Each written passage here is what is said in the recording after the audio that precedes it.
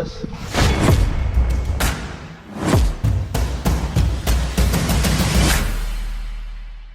So welcome back to another video. We're still over in beautiful Ireland and we are looking at two what we class as National Hot Rod Corsas, which are beautifully built with some super interesting engine combinations. So let's dive in and let's look at what makes these two Corsas so special.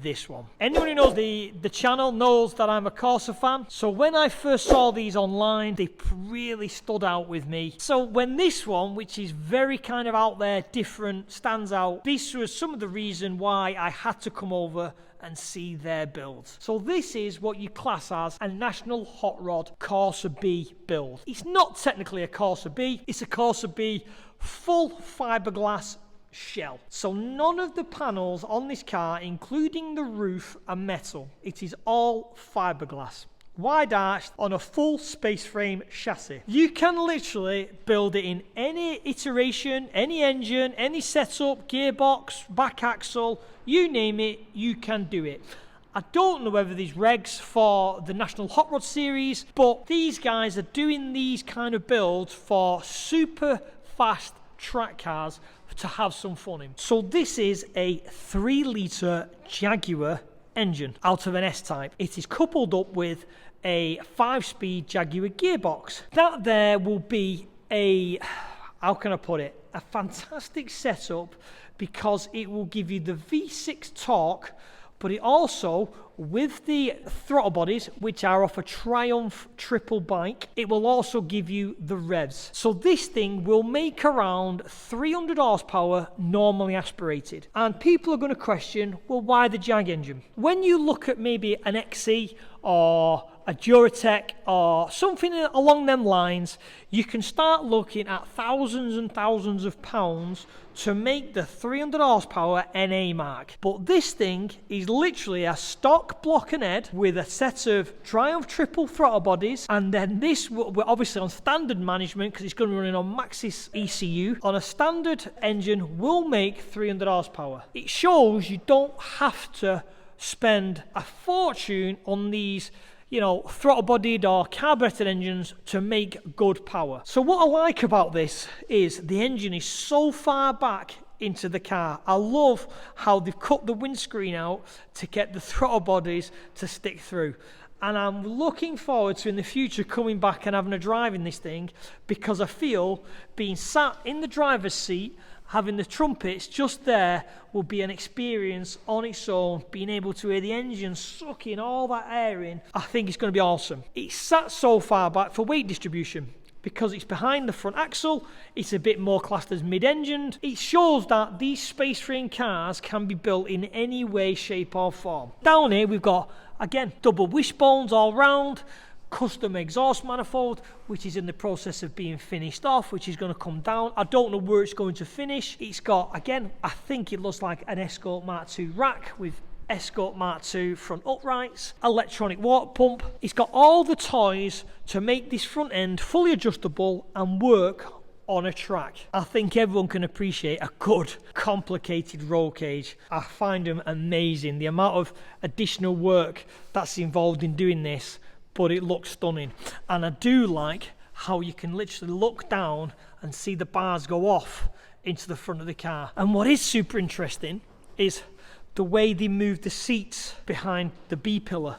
Again, I can only think it's to get all the weight distributed in certain areas to allow this to handle the way it does, because you sit so far back. Would be an interesting drive to drive one of these, and when we get onto the next one I'll talk a little bit more, because we're going to get into this one next. This huge gearbox tunnel with nice switch panel, which again, this is an unfinished project, as I've made you aware. It's all, you know, ready to be finished. Really nice high spec loom, all labelled. Again, just waiting for the ECU to come back, and unfortunately it wasn't ready for this weekend, but we will be back to drive this car in the future. Full fiberglass shell, which then goes back to all this panel work. It's all boxed in, all lightweight. So again, this thing must weigh, I would have guessed, in the region of 750 kg. I think this, I wouldn't say downforce, I think this, the weight on this thing would be more the engine, because it's quite a big engine and there's quite a lot of weight there.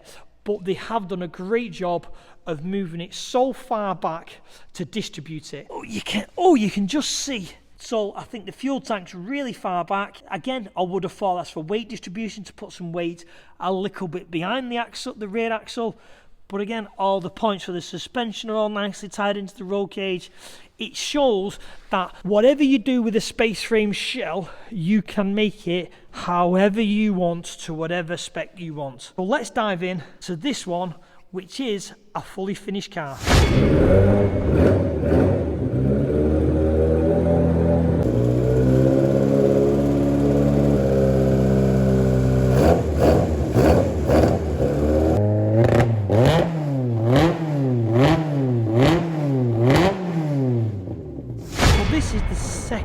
What we class as National Hot Rod Corsa that we're here to look at, and this one is a finished car. Slightly different to the V6 version, as this one is running the C20XE engine, built by MED Race Engines. I think it's on 48mm carbs by the looks of things. Should run 250s. It's coupled up to a Quaife 4-speed box. This thing should be a nice high revving, relatively light engine combination compared to the V6, and I think that's also showed with how a little bit more forward this engine is compared to the V6 one. Again, because the weight isn't needed to be shoved so far back to distribute it. So this one should be a super high revving, super fast, enjoyable track car. And fingers crossed we'll be able to get out on this on the track if it all stays dry and stays well. All the beautifully constructed sidebars. Again, the seat so far back behind the B post, which I can only put down to the weight distribution.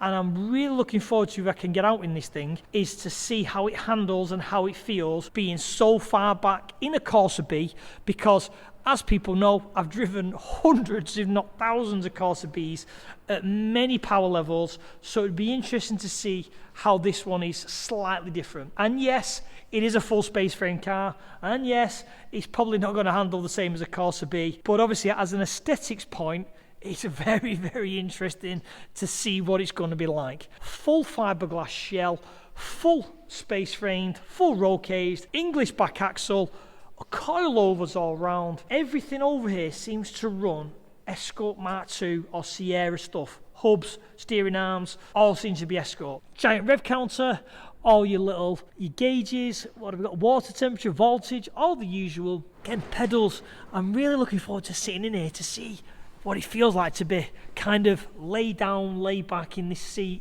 and to see how it feels to drive, because I got this feeling that it's going to be really, really comfortable. They all run these giant spoilers. Again, I think that's part of the National Hot Rod series. Fingers crossed we can get out on the track, the weather will stay dry, we can definitely get some heat into these tyres, because it is November, but I'm pretty certain we'll get some heat into them. So let's get this onto the trailer, and let's get to the track, and let's see how this little beautiful build goes round with me piloting it on a track.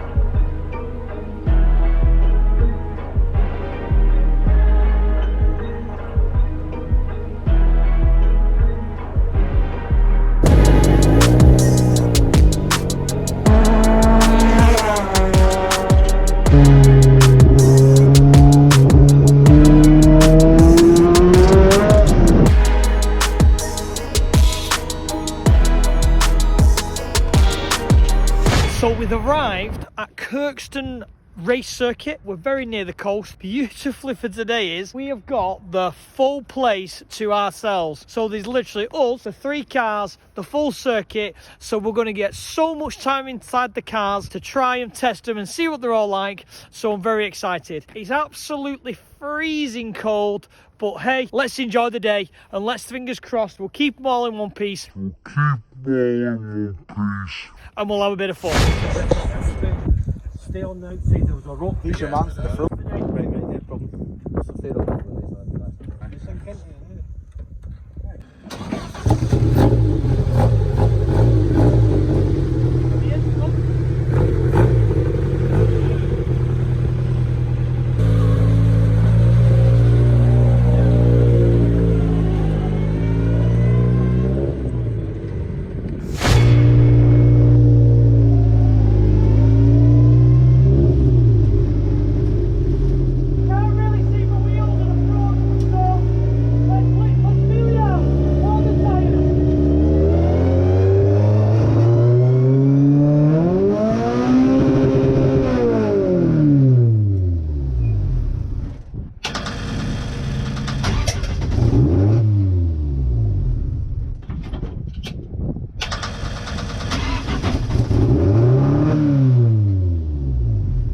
So what we've got is, some reason I think the throttle's stuck, so I'm just waiting for the boys to come to basically assess the problem and see what's going on. What happened? The throttle jammed. Yeah. So I just started seeing the rev counter, it just went, oh, no, and just, Oh, is that what that was? Just turn it off. I thought that was you. No. Oh, right. I thought you were jammed. going for it. No, it jammed, so I just... Oh, so you weren't even pressing the accelerator? I didn't touch the accelerator. And it was doing that? I literally just blipped it and it just started creeping over, and I just thought, save engine, turn off. Oh, really?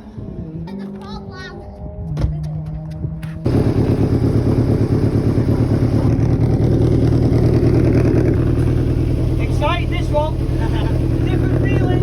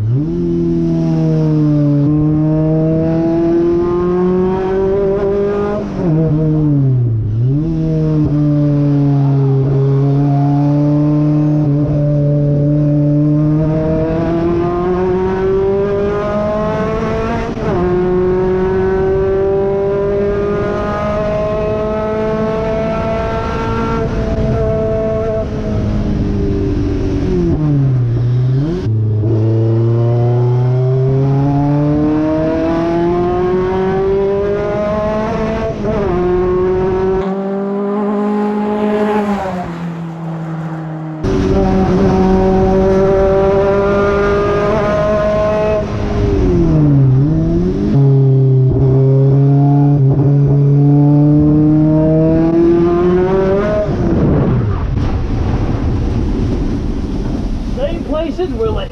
F***ing Jesus.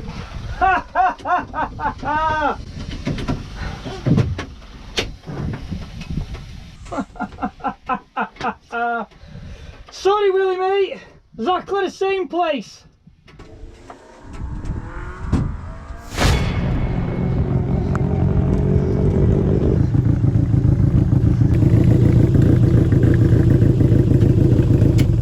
How's that? I was an experience that. What's interesting about this car is because you sit so far back behind the B post, obviously talking to the lads of what's gone on, and I'm pretty certain I watched the video, you overcorrect when the back end steps, because when you sat forward you're feeling different to when you're here. So the feeling's different, so you overcorrect, hence I think how it spanned. The small little gap of having a go and putting it on song, this thing flies. And like you say, when you don't overcorrect the corner, it sticks in them corners really well. Really well. You saw anything like a Corsa B? Nothing like one. Is it not? Not a thing like one. Nothing. Complete night and day. Is it? Yeah. Same as you.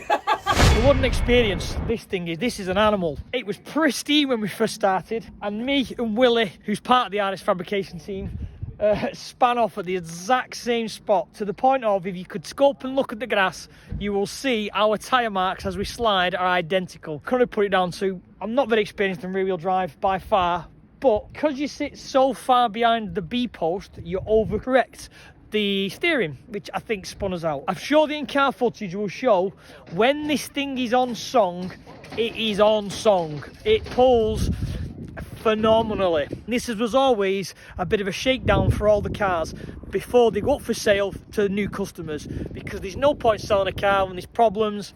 Put it on a track, shake it down, get them all ironed out, and then everyone goes out again and the car can be sold without no issues. So this one, basically sort the throttle, beautiful build. I'm going to sign this one off. This Corsa isn't a Corsa, it handles nothing like a Corsa, and it goes like technically no other normal aspirated Corsa I've ever driven. This thing is an absolute animal, and I'm looking forward to when they finish the V6 one to come back out and you're all going to laugh, and I can come back out and I'm going to spin at that same corner again.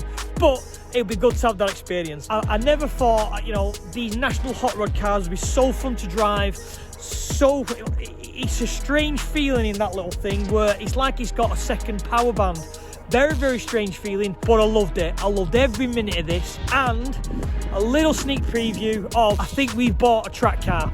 Not one of these, but we're going to start somewhere small, and me and my son are going to start pushing for the track days more. I'll sign this one off. It's been really enjoyable.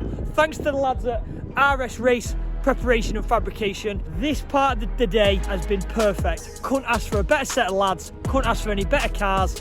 Thank you kindly, guys. Please go and check them all out on the social medias. I'll put all the link in the description. Take care, and I'll see you in the next video.